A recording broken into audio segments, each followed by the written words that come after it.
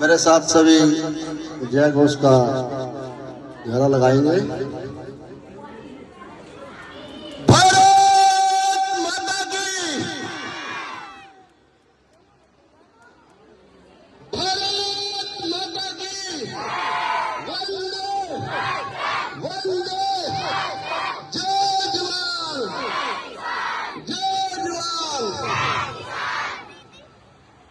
बड़े ही आदरणीय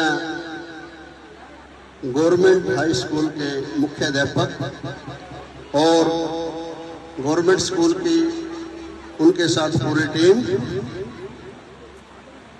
और आज के इस राष्ट्रीय पर्व को पूरा देश भारतवर्ष के हर कोने से एक ही आवाज आ रही है कि भारत माता की जय, वंदे मातरम, जय हिंद। इसके पीछे मुख्य है क्योंकि आज का ये दिन एक ऐतिहासिक दिन है। इस दिन को पाने के लिए स्वतंत्रता सेनानियों ने और इस देश के वीर जवानों ने अपने जीवन की आहुति दी है। क्योंकि प्यारे बच्चों, आप सबको पता है कि 1947 से पहले इस देश के ऊपर अंग्रेजों का राज था। जैसा वो चाहते थे ऐसा इस देश के नागरिक करते थे। यहां तक कि हवा, पानी, बैठना उठना सब उनके अनुसार होता था। लेकिन मैं नमन करता हूं उस मातृशक्ति को जिन्होंने अपने युवाओं को आगे बढ़ाकर इस देश को आजाद करवाने में अपने बलिदानों को निछावर कर दिया, अपने जीवन की आहुति दे दी। ऐसी मातृशक्ति के चरणों में मैं नमन करता हूं।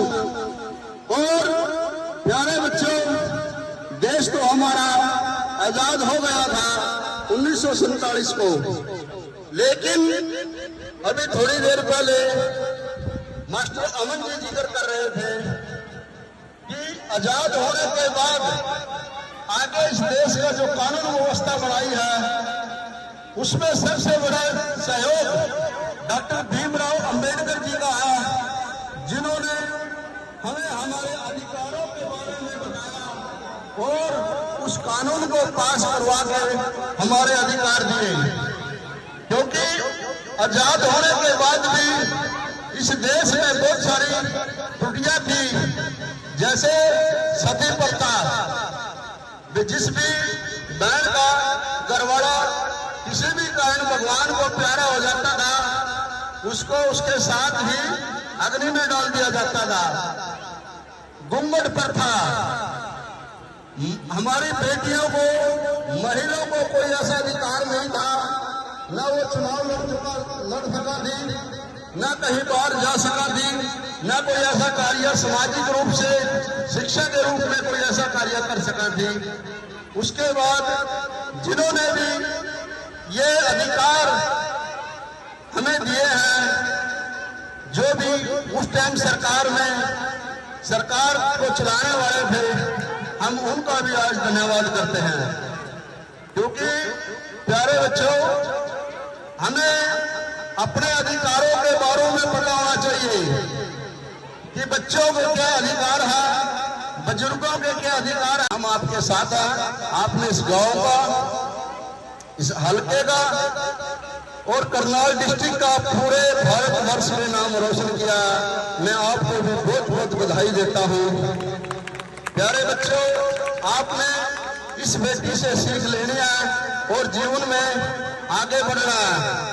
बातें तो बहुत सारी है करने की स्वतंत्रता दिवस के उपलक्ष्य में, क्योंकि ये हमारा राष्ट्रीय पर्व है। हम इसको पूरे देश में पूरे उल्लास से उत्साह से, उमंग से मनाते हैं। तो आप सबने मेरी इस बात को ध्यान से सुना। मैं आप सबका बहुत बहुत धन्यवाद करता हूँ। बोलो एक बार फिर भारत माता की, भारत माता की। धन्यवाद। अमन क्या अधिकार है, हमने उनका सम्मान करना चाहिए, क्योंकि मास्टर अमन जी अभी थोड़ी देर पहले बता रहे थे कि हमारी जो बेटियां को गर्भ में ही मार दिया जाता था, उनकी परवरिश के लिए असमर्थ है हमारे बुजुर्ग, क्योंकि इतनी शिक्षा नहीं थी। जबकि बेटियां बेटों से कम नहीं है, उनका भी पूरा अधिकार है। आज हमारे देश की बेटी अंतरिक्ष तक पहुंच चुकी है और विदेशों से एक नहीं दो मेडल लाने का काम करा हमारी बेटियों ने। मनु प्रभाकर जो बेटी है वो 2 गोल्ड मेडल लेकर इस देश में आई है, वो भी आपके बीच में से निकल के गई है। तो शिक्षा का हमारे जीवन में बहुत बड़ा योगदान है। हमें शिक्षा अपने अध्यापक से, समाज से, अपने माँ बाप से ग्रहण करनी चाहिए। प्यारे बच्चों, क्योंकि हमारे देश के यशस्वी प्रधानमंत्री श्री नरेंद्र मोदी जी ने सर्वप्रथम एक पहल की थी पानीपत से रैली से कि हमने अपनी बेटियों को पढ़ाना भी है और बचाना भी है। और जो तीसरी मुहिम अब शुरू किया वे उनको खेलों के लिए प्रोत्साहन करना है, खिलाना भी है और बाहर भी भेजना खेलों के लिए। ये कोई देश के विकास में छोटी बात नहीं है। और जब 2016 में मुझे भी इस गांव के बुजुर्गों ने, साथियों ने इस गांव की सेवा करने का मौका दिया था 5 साल के लिए, और अपना सेवक चुनकर मुझे आपके बीच में स्कूल में भेजा था, तब मेरे सामने आंगनवाड़ी वर्कर, आशा वर्कर बैठी है। मैंने इनसे बेटियों और बेटों की अपेक्षा कितना अंतर है पूरा डाटा लिया था। और उन 5 साल के दौरान बड़ी खुशी की बात है कि मेरे गांव में बेटों के पीछे बेटियां ज्यादा हैं। ये तालियां बजाओ अपने लिए सभी, क्योंकि बेटी कम नहीं है। हमने प्रधानमंत्री जी की मुहिम को समाज में बढ़ चढ़कर आगे बढ़ाना है और अपनी अपनी बेटियों को पढ़ाना है। हमारी बेटी आज किसी भी काम में कम नहीं है। विधायक जी कह रहे थे एक बेटी का जन्म होने से 2 घर सुरक्षित होते हैं, एक मायके का और एक ससुराल का। बेटी के ऊपर कितनी बड़ी जिम्मेवारी है। और धन्यवाद करता हूं मैं, नमन करता हूं पिता का, जो अपनी बेटी को पढ़ा लिखाकर हमारे समाज के नियम के अनुसार सेकंड परिवार में भेजने का काम करता है और वो बेटी उस घर को भी संभालने का काम करती है।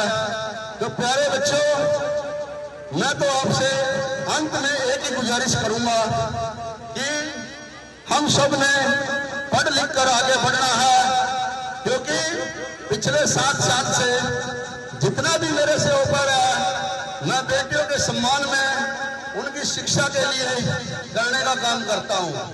अभी भी 3 बेटियां और एक मेरे गांव की बेटी 4 जो डिस्ट्रिक्ट करनाल में फर्स्ट आई है, वो हमारे श्री गंगूराम नंबरदार जी की बेटी है। दुर्भाग्यवंश आज उसके पिता का साया उसके सर पे नहीं है। लेकिन बेटी, आप चिंता ना करो, ये पूरा गांव, ये समाज आपके साथ है। आपने घबराने की जरूरत नहीं है। जब जब आपको जरूरत पड़े आप हम सबको याद कर लेना बेटी, हम आपके साथ हैं।